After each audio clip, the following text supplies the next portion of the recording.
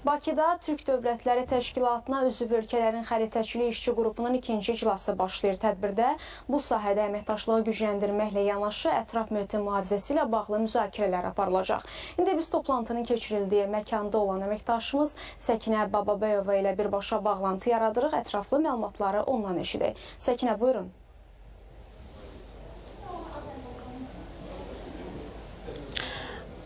Paytaxtda Türk Dövlətləri Təşkilatına üzv ölkələrin xəritəçilik işçi qrupunun ikinci iclası keçirilir. Bugün burada Azərbaycan, Qırğızıstan, Qazaxıstan, Özbəkistan və Türkiyə ilə yanaşı müşahidəçi statusunda Macarıstan və Şimali Kipr Türk Respublikasının rəqəmsal xəritə çəkmə, geodeziya, kartografiya və coğrafi informasiya sistemləri üzrə məsul qurumların nümayəndələri iştirak edəcəklər. Tədbir bir neçə dəqiqədən sonra artıq başlayacaq.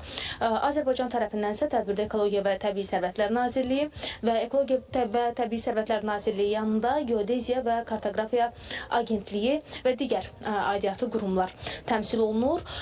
İclasda ötən il Ankarada keçirilən ilk toplantıda müəyyənləşdirilən hədəflərin icra vəziyyəti və bu sahədə birgə layihələrin gedişi, eyni zamanda yeni əməkdaşlıq istiqamətlərinin müəyyən edilməsi müzakirə olunacaq. Ölkələr arasında kartoqrafik məlumat mübadiləsinin genişləndirilməsi və informasiya sistemlərinin inteqrasiyası və eyni zamanda müasir xəritə çəkmə texnologiyalarının tətbiqi də bugünün müzakirə mövzuları arasındadır.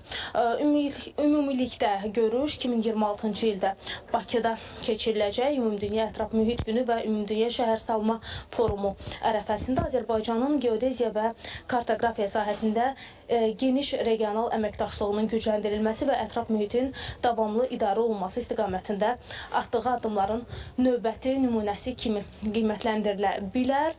Hal-hazırda isə qeyd etdiyim kimi bir neçə dəqiqədən sonra artıq iclası başlayacaq öz işinə. İndi hazırlıq işləri görülür.